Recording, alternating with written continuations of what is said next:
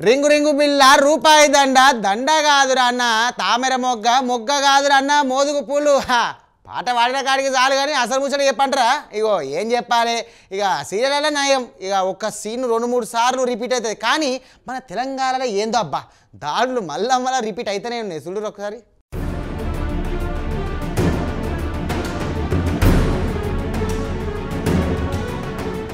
మొన్న మల్కాజ్గిరి నియోజకవర్గంలో నిన్న బాల్కొండ నియోజకవర్గంలో ఆడ బీఆర్ఎస్ కు కాంగ్రెస్ కు నడుమ పంచాయతీ ఈడ బీఆర్ఎస్ కు కాంగ్రెస్ కు నడుమ పంచాయతీ ఇట్లా జోర్దార్ తిట్టుకుంటున్నారు జోర్దార్ దాడులు చేసుకుంటున్నారు అరే గల్ఫ్ కార్మికుల కోసం అడిగినందుకు గింత గట్టిగా దాడి చేస్తారా అని చెప్పి మస్తు బాధపడ్డాడు మాజీ మంత్రి ఎమ్మెల్యే వేముల ప్రశాంత్ రెడ్డి సారు గోజ కిషన్ షాబేర్ అలీ వీళ్ళకి ఇంకా రావాల్సి ఉన్నది వీళ్ళకి రావాల్సిన వాళ్ళకు కూడా ఇంకా రాలేదు వాళ్ళకు కూడా ఇప్పియండి అని చెప్పి నేను అడిగిన దీంట్లో తప్పేమున్నది ప్రతిపక్ష నాయకుడిగా ప్రతిపక్ష పార్టీ ఎమ్మెల్యేగా నా బాధ్యత ఇది ప్రభుత్వాన్ని ప్రజలకు ఇచ్చిన మాట నెరవేర్చమని అడిగే బాధ్యత నా మీద ఉంటుంది రేవంత్ రెడ్డి గారు అనేక హామీలు ఇచ్చినారు హామీలు అమలు చేయట్లేదు ప్రజల్ని మోసం చేస్తూ ఉన్నాడు అని చెప్పిన దానికి మానాల మోహన్ రెడ్డి గారు నా ఇంటి మీదకి ముట్టడికి వస్తా అని చెప్పి మొన్న సవాల్ విసిరినారు నా ఊరికి వస్తా వేల్పూర్కి వస్తా నీ ఇంటి మీదకి వస్తా అని చెప్పి సవాల్ విసిరినారు ఇవాళ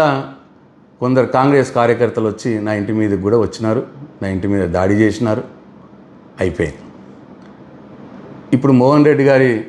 మానాల మోహన్ రెడ్డి గారి కడుపు చల్లబడ్డదా ఇప్పుడు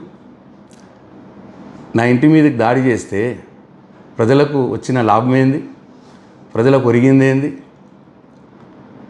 ఇట్లా మేము 10 సంవత్సరాల మేము ప్రభుత్వంలో ఉన్నప్పుడు ఇన్నరు కదా ప్రశ్నించడం నా బాధ్యత అనబట్టే ఈ ముచ్చట మీద కేటీఆర్ సార్ గుట్ట మస్తు గరమైండు ట్విట్టర్లా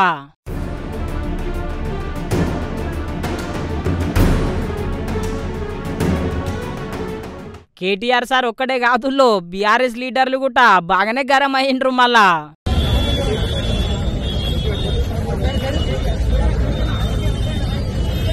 అయినా ఈ లీడర్లకు ఏం పని బాట లేదేమో ఒకరినొకరు తిట్టుకునుడు ఒకరి మీద ఒకరు దాడులు చేసుకునుడు